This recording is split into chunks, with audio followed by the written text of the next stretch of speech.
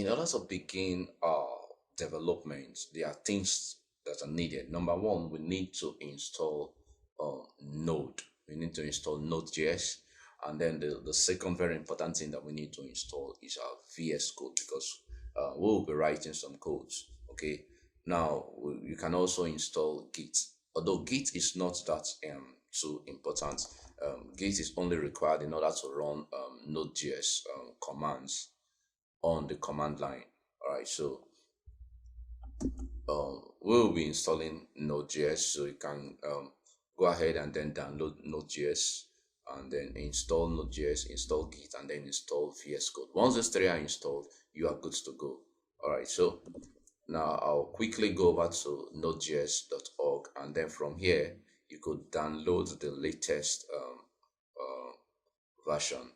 Okay, recommended for most users. You could go for this one. Once you click on it, it will just start downloading. So I'm going to click on this guy here. So it's downloading, but I already have it downloaded, so I'm going to cancel this now. So once it's finished downloading, it's just for you to double click on it and it starts installing.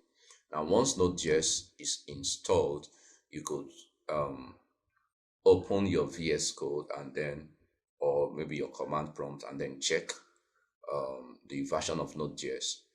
So quickly, I'm going to open my command. So you could clear your screen by typing CLS, and then quickly, in case you are not used to command prompts, you can really, okay, so I'll talk about that later. Okay, so just type node space, then -v, and strike enter. You see I have version 12 installed.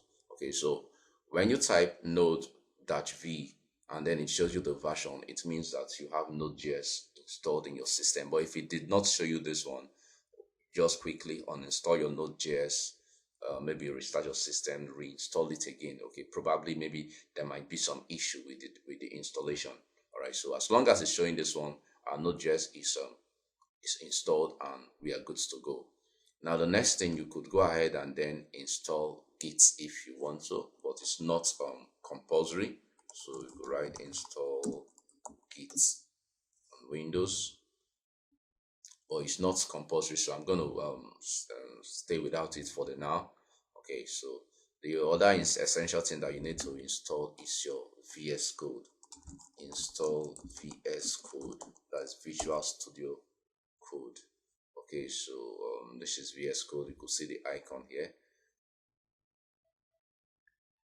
Just click on it, and then from here now you see depending if you are using a Mac or a Windows, so you could go ahead and then download any of them. So I will click on this guy here for VS Code. So thanks for downloading VS Code for blah blah blah. You see it starts now. This is about 58 MB.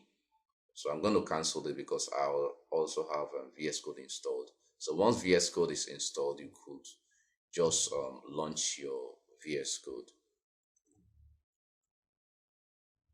This is my VS Code. Now once it's open here, the first thing I'm going to do now is to set up my project folder. All right, so I always have a root folder for my projects. Okay, I already have one here, React. Okay, so all my React projects are going to be in this folder. So this is just what you need. Okay, so I have this installed. The next thing I'm going to do now is I'll jump back to my VS Code now, and I can navigate to that folder. Just go to open. I always like to work within from my VS Code. So I'll go to my drive where I have this folder, React. Okay, and I'll select it. So once this folder is selected, you can open your command prompts. VS Code has its own internal terminal, just like command prompt here. Just go to view and then click on terminal here. Okay, so you see it puts me right there in my React folder. See, I'm in drive E, React folder. So there are a couple of things that we could still react. The same command CLS works here to clear your screen and the rest. In our MERN stack, we're going to be starting with React.js. Okay, so we could start installing some of the tools needed for us to create our project now. So just go to reactjs.org, okay, and then go over to docs here. Now, the documentation of every framework or library you're using is really very important. Okay, so from docs here, you could learn a lot of things from here. Okay, so there are a lot of concepts that we are going to be, we will not go through them one after the other from the docs because it could be really boring and confusing anyway. So I'm going to walk you through each of them step by step. Okay, so what we're going to do, go over to installation and then click on create a React app. Now from here now, you'll see that we have different tool chain here. So click on create React app. Okay, now this is what we're going to be using. Okay, this is what we're going to be using. Now this is actually a tool for starting our project. So the first thing that we're going to do, we're going to install this create React app. Okay, it is installed once. That's why it's been, we right here we are using npx here. Okay, so we could do npm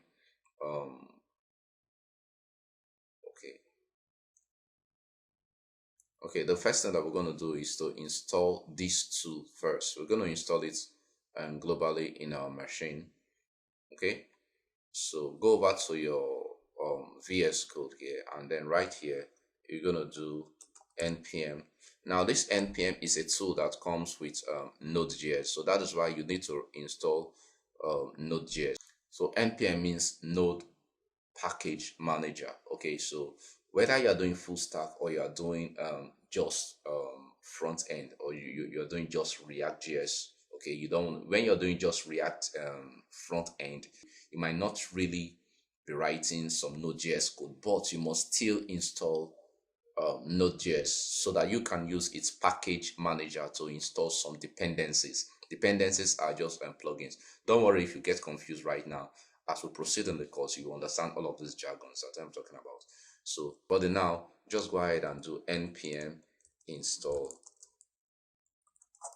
create React app. Ensure that your internet is on.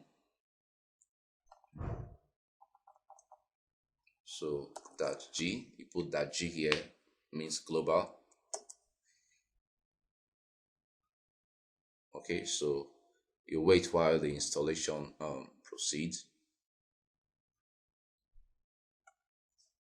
Now with this create React app installed, we are ready to go. Okay, so create React app, I use this .g here to install it globally. That means I can create my React app. I can use I can just be anywhere in my computer. Okay, I can create my React app from anywhere in my computer. Okay, so that's just it. And once create React app is installed globally, we could go ahead and then use it to create our first React project. Okay, so jump back to react.js.org and then you could see usage of it here.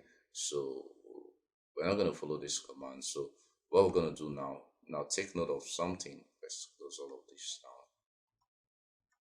You see our React folder is still empty. Okay, our React folder is still empty here. So we'll go over to our project now we'll use our create React app as a tool. Create React app is now a tool that we'll use again and again. So we do this installation just once in our computer, and then we can keep using create React app as often as we want to create a new project. So I'm going to say create React app, my app. Okay, so strike enter.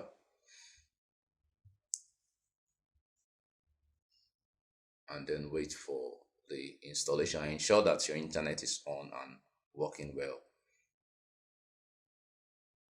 So we're going to wait while the installation continues. Now, after the installation, you should see this. Okay, so what you have here is exactly the same thing you have here.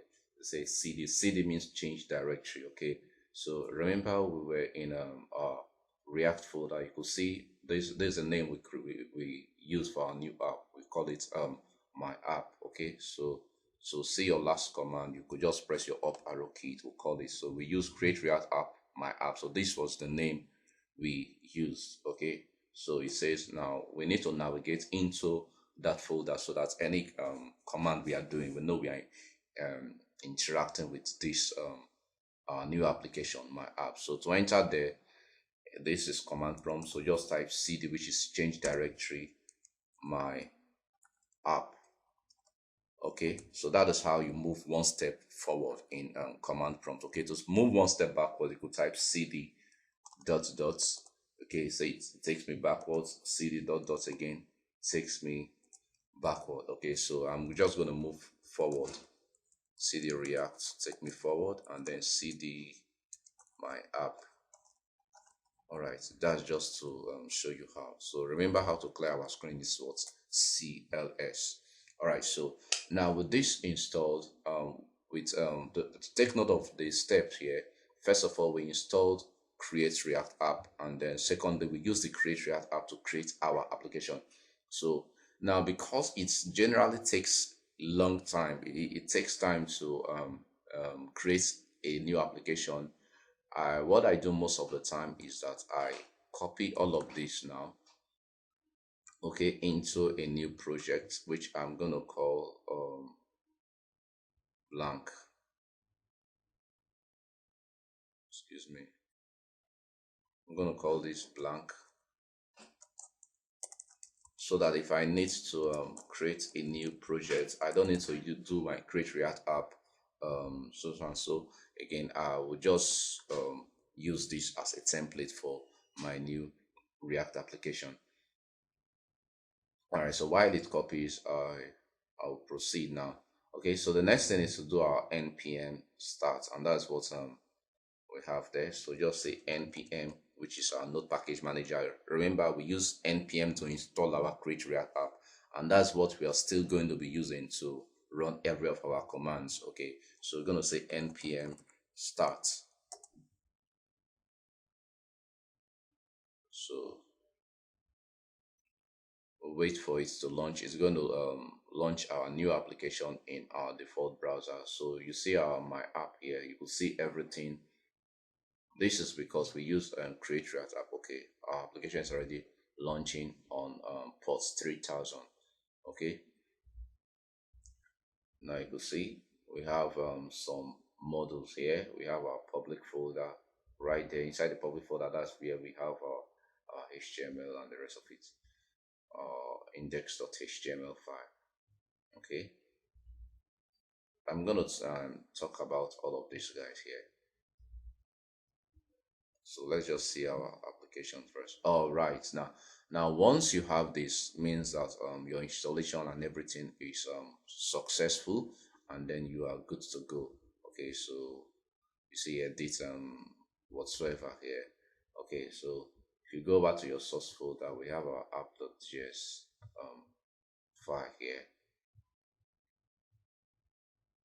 and this is what was displayed here. This is that spinning logo you have there. Okay, if I want to get rid of it, I can remove this spinning logo from here. Okay, I can remove the spinning logo if I want to, and I can say, let's just say hello world. Go ahead and save it now.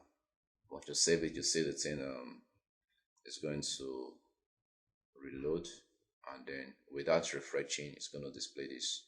Okay, I can get rid of this guy here from my code now. Take note, I'm working from my source folder. I'm working on my app.js, and that's what concerns us for the now. You see, I'm going to remove all of this guy here, and I can also get rid of the logo as well. This is the logo. Okay, we'll get rid of the logo. You see, the logo was imported from logo.svg. Okay, so since I'm not using the logo, I could remove it from here as well. So that also means that this logo, I can as well delete it from here without causing any issue. This is the logo. could delete this logo as well. Okay, because I don't want to use it again. All right, so I just want to keep it simple. All right, hello world. All right, so what can I do again? You see the styling of this whole thing is done from this app.css. So I can also go to my app.css and see what was done there. You see the styling for the logo and everything. Okay, so I can actually change my background and everything here.